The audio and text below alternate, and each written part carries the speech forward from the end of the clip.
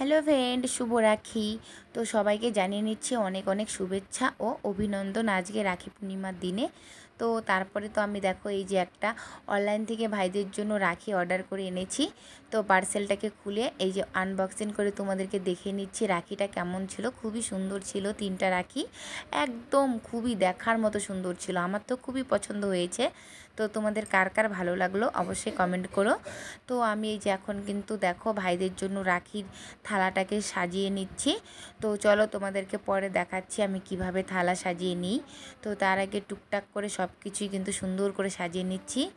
আর এটা হচ্ছে সিঁদুর। তো সিঁদুরের প্যাকেটটাকে আমি দেখো কেটে নিচ্ছি ব্লেড দিয়ে, না হলে ছিঁড়তে পারছিলাম না, প্রচুর একদম অন্য রকমের প্যাকিং করা ছিল।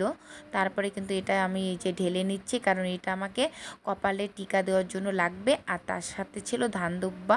তো সমস্ত কিছুই কিন্তু আমার আশীর্বাদের জন্য লাগবে। তারপরে এই যে ফাইনালি দেখো আমার সাজানো হয়ে গেছে থালাটা। তো চলো আমি ভাইদেরকে রাখিটা পরিয়ে নিই। তার আগে হ্যাঁ, মিষ্টি দেখো লাড্ডু দিয়েছি আর দিয়েছি ক্যাডবেরি। তো যার যেটা পছন্দ সেটা খেয়ে নিবে। তো তারপরে ফাইনালি আমি চলে আসলাম ভাইকে আশীর্বাদ করার জন্য। তো আশীর্বাদ করে নিচ্ছি ফুল দুব্বা দিয়ে, তারপরে কপালে টিকা দিয়ে নিয়েছি। আর তারপরেই কিন্তু এখন আমার সেই 1 বছরের মানে এরকম অপেক্ষা করে থাকার ফল আজকে, সেটা হচ্ছে ভাইয়ের হাতে রাখিটা পরিয়ে নিচ্ছি। তো রাখিটা পরাতে কিন্তু ভাইকে অনেকটাই সুন্দর লাগছে, মানে হাতটাও অনেকটা সুন্দর লাগছে ভাইয়ের, একদম ভরা ভরা লাগছে। তো এইভাবে যেন আমি সারা জীবন ওদেরকে এভাবে রাখি পরিয়ে যেতে পারি, সম্পূর্ণ ভাই বোনের অনুষ্ঠানগুলোতে এদেরকে পাশে নিয়ে আমি থাকতে পারি। তো তারপরে এই যে আমার আরেকটা ভাই, তো এই ভাইকেও কিন্তু আমি রাখি পরিয়ে নিচ্ছি। তার আগে দেখো আশীর্বাদ করে নিলাম সেম একইভাবে, কারণ ভাইদেরকে তো একইভাবে করতে হবে, নিয়ম আচরণ সব কিছু। তারপরে সব কিছু করে নিয়েছি, এখন এই যে হাতে দেখো রাখি পরিয়ে নিচ্ছি। তো তোমরা কে কে আমার মতো এতটা নিয়ম করে ভাইদেরকে সবসময়ের জন্য রাখি পরাও, তো আমাকে অবশ্যই কমেন্ট করে বলো। তো তারপরে পরানো হয়ে গেছে, ওকে দেখো লাড্ডু খাইয়ে দিলাম, তারপরে আশীর্বাদ করে দিয়েছি। তো এখন হচ্ছে বদ্দির পালা। তো আমার বদ্দি কোথায় আছে, তো বদ্দিকে নিয়ে আসবো, ডাকছি আমি ওকে। তো ও আসলে পরে আর কি ওকে এই ছোটো ছোটো রাখিগুলো পরাবো। দেখো অনেকগুলো কিন্তু ছোট ছোট রাখি পাওয়া যায়, সেগুলো এনেছি আমি বদ্দির জন্য, কারণ একটু সময় ও খুলে ফেলে দিবে তাই। তো তারপরে এই যে দেখো সেমভাবে ওকে আশীর্বাদ করে নিয়েছি, টিকা দিয়েছি কপালে।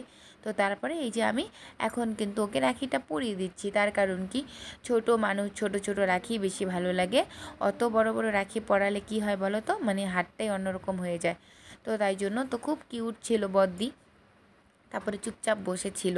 তো ওকে রাখি পরানোর পরে আমার যাদের যাদের পরানো আছে আর কি, আমি সবাইকে রাখি পরিয়ে দিব। তো এখানে আমার বড়দিকে রাখি পরানো হয়ে গেছে। ওকে জিজ্ঞেস করলাম যে তুই কি খাবি, লাড্ডু খাবি না ক্যাডবেরি খাবি? ও লাড্ডু খাবে, তো ওকে লাড্ডু দিয়ে নিয়েছি। আর তারপরে আমি বাইরে এসে দেখি সোনা রূপা একদম আমার পিছনেই ছাড়ছে না, একদম পায়ে পায়ে গুড় করছে। তো তাই জন্য ভাবলাম ওদেরকেও আমি একটু রাখি পরিয়ে দিই। তো ওদের পায়ে পরিয়ে দিলে তো রাখবে না, খুলে ফেলে দিবে, তাই কি করলাম ওদেরকে গলাতে বেঁধে দিলাম, আরও বেশি সুন্দর লাগছে দেখতে। আর যেহেতু একদম ছোট ছোট ছিল, গলাতে রাখিগুলো হয়েও গেছে আমার দেখো। তো যাই হোক, বদ্দি ওদেরকে নিয়ে একটু খেলা করছিল। আর যেহেতু ওরাও পশু, ওদেরও তো ইচ্ছা করে বলো, যেহেতু আমাদের সঙ্গেই থাকে সব সময়।